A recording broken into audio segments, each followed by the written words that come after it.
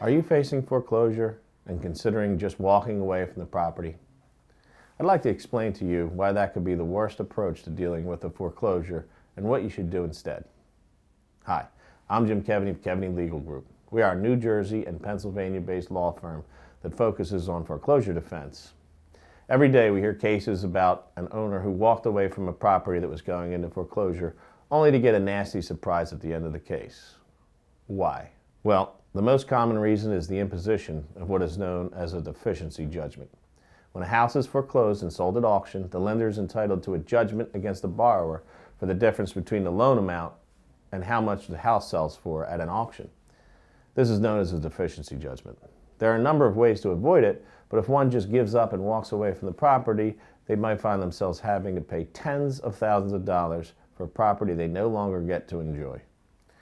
Speaking of which, another downside of walking away is the liability you could face for the vacant property. It can take months or even years for a foreclosure case to work its way through the courts. If you simply abandon the house, you remain liable for everything that happens in the property until the title transfers. So if someone decides to squat there, you could be liable to them for any injuries they suffer while on the property. If the house catches on fire after you move out, you could be liable not only to the neighbors if their properties are damaged, but to the lender for allowing the property value to diminish.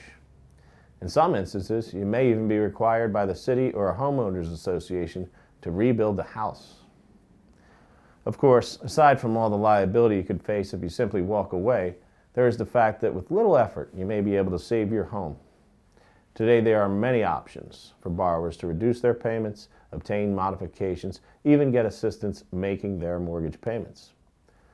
All of these options can help you keep your home, avoid the damage to your credit score a foreclosure will cause, and prevent undue liability for walking away from the house.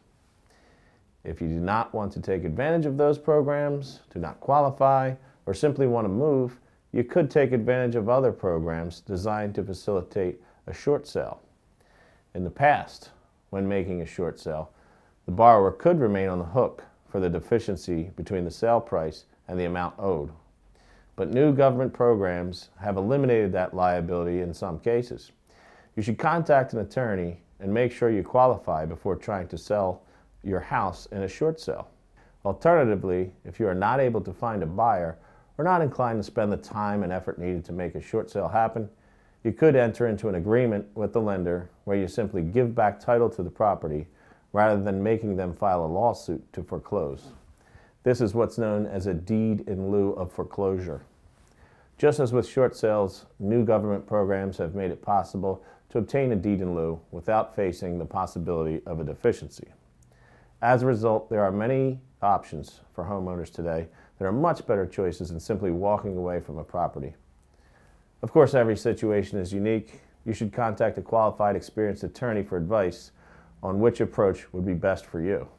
Keaveney Legal Group is dedicated to helping those deciding how best to handle their foreclosure and pre-foreclosure property.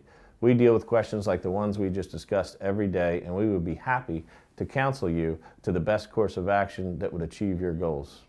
We would love to speak with you about your case. You can email me at jim@keaveneylegalgroup.com or give us a call at 1-800-219-0939. I'm Jim Keaveney. Thanks for watching.